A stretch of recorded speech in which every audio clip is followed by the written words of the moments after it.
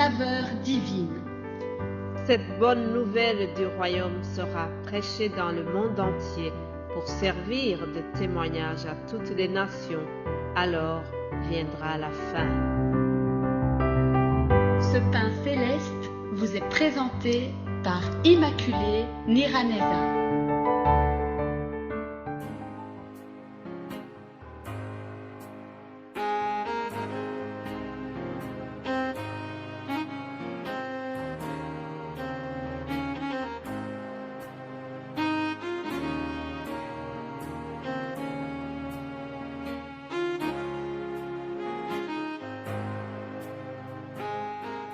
Je vous salue très chers amis à l'écoute de cette émission Saveur divine.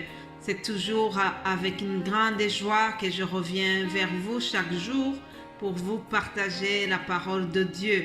C'est une grâce de pouvoir chaque jour élargir le royaume de Dieu, servir le royaume de Dieu de cette manière-là. Alléluia.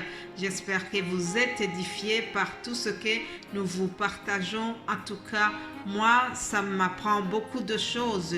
Alors, comme vous le savez, pendant la semaine ici, nous avons parlé de la puissance de Dieu qui est au-dessus même de la mort. Alors, nous avons vu plusieurs récits de résurrection. Hier, je vous ai parlé de comment le fils de la Sunamite a été ressuscité. Le fils de la Sunamite qui est ressuscité par Élisée. Aujourd'hui, nous allons continuer en voyant un autre personnage, l'apôtre Paul, qui a ressuscité un jeune homme appelé Eutychus. C'est ce que nous trouvons dans les Actes des Apôtres, chapitre 20. Nous allons lire à partir du verset 7.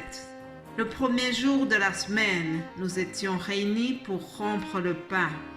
Paul, qui devait partir le lendemain, s'entretenait avec les disciples et il prolongea son discours jusqu'à minuit. Il y avait beaucoup de lampes dans la chambre haute, nous étions assemblés. Or, un jeune homme nommé Eutychus, qui était assis sur la fenêtre, s'endormit profondément pendant le long discours de Paul.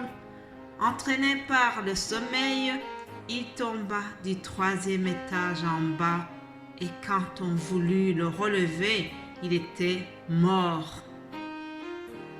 Mais Paul, étant descendu, se penchant sur lui et le prit dans ses bras en disant « Ne vous troublez pas, car son âme est en lui. » Quand il fut remonté, il rompit le pain et mangea, et il parla longtemps encore jusqu'au jour, après quoi il partit. Le jeune homme fut ramené vivant, et ce fut le sujet d'une grande consolation. Alléluia, rendons grâce au Seigneur, celui qui ressuscite même les morts. Alléluia. Voyons un peu le contexte dans lequel se passe ce récit. Paul, l'apôtre Paul, donc, est en voyage missionnel. Vous savez qu'il a fait plusieurs voyages missionnaires. Il a implanté les églises et il allait visiter ces églises. Alléluia. Alors, un jour, après avoir embarqué au port de Philippe, il arriva à Troas après avoir navigué 5 jours.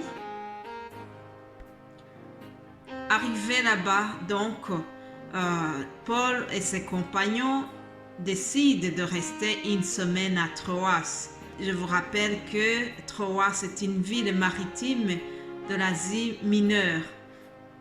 Alors, la veille de son départ, Paul tient une réunion fraternelle, comme ça se fait souvent entre chrétiens.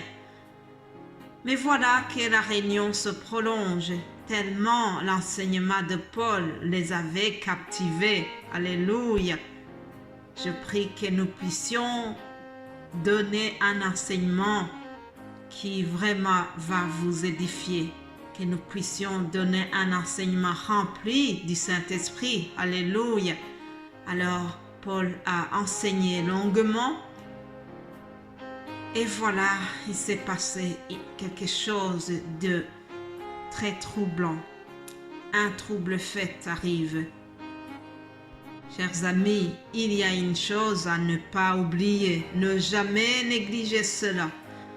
Quand les enfants de Dieu se réunissent, souvent, le diable aussi s'incruste. Oui, le diable est invisible, mais il vient pour troubler la joie des enfants de Dieu. Ainsi donc, pendant cette réunion fraternelle, un accident est survenu. Un jeune homme, Eutychus, s'est endormi profondément. La Bible nous dit qu'il était assis au bord d'une fenêtre, puis il a fait une chute mortelle du 3e étage. Il était mort. Mais la Bible nous dit que Paul l'a pris dans ses bras et qu'il a dit « Ne vous troublez pas, car son âme est en lui. » Autrement dit, il leur a dit « Ne vous inquiétez pas, il n'est pas mort, il est vivant. » Alléluia. Mais la réalité, c'était qu'il était mort. Mais le serviteur de Dieu, qui avait la foi en Dieu, qui savait bien que Dieu va l'utiliser puissamment pour revenir à la vie, pour que cet homme revienne à la vie, au lieu de troubler l'assemblée, au lieu de les alarmer et les décourager, le serviteur de Dieu leur dit « Ne vous inquiétez pas, il n'est pas mort, il est vivant. » Alléluia. Quelle preuve de foi, mes amis. Paul avait beaucoup de foi. Paul savait que le Saint-Esprit va l'utiliser puissamment pour changer la situation. Alléluia. Lorsque je lis cette histoire, je suis troublée par l'accident. Mais en même temps, je me pose la question, comment peut-on s'endormir alors qu'on écoute la parole de Dieu? La parole de vie peut-elle se transformer en acte de mort? Mes bien-aimés de Dieu, ce jeune homme Eutychus, c'est le symbole de quelqu'un qui est déséquilibré, quelqu'un qui est partagé entre le monde et le ciel, quelqu'un qui est partagé entre Dieu et le monde. Quelqu'un qui est partagé entre le chaud et le froid. Mais Dieu n'aime pas l'état comme ça. Dieu n'aime pas des chrétiens qui sont dans cet état d'esprit. Lisons l'Apocalypse 3. L'église de la Odyssée a été disqualifiée à cause de cet état. Et Dieu va leur dire, ainsi, parce que tu es tiède et que tu n'es ni froid ni bouillant, je te vomirai de ma bouche. Que Dieu nous aide. Que le Saint-Esprit nous aide vraiment pour que Dieu ne nous vomisse pas, pour que Dieu ne nous fasse pas un reproche pareil. Mon frère, ma sœur, peut-être que tu es bien disposé à entendre la parole, mais que les soucis de la vie, les préoccupations du moment viennent t'endormir. Tu peux entendre la parole de Dieu sans l'écouter. Tu peux recevoir la parole sans être édifié. Tu peux accueillir la parole de Dieu sans la partager, sans la mettre en pratique. Ça serait très dommage si tu écoutes la parole et que tu demeures dans les péchés.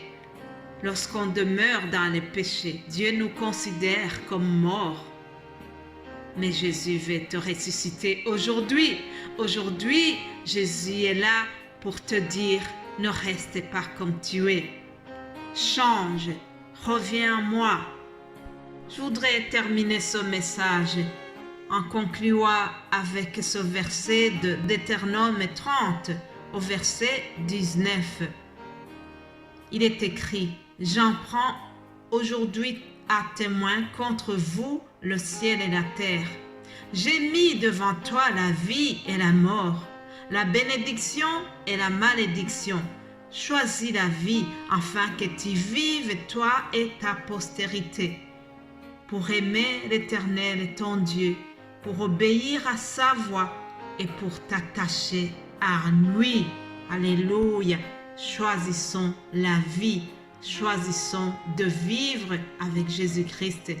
Choisissons d'obéir à ses commandements. C'est ainsi que nous vivrons éternellement. Chers amis, je termine ce message. Passez une excellente journée, un très bon week-end à tout le monde et j'aurai la joie de vous revoir lundi par la grâce de Dieu. Amen.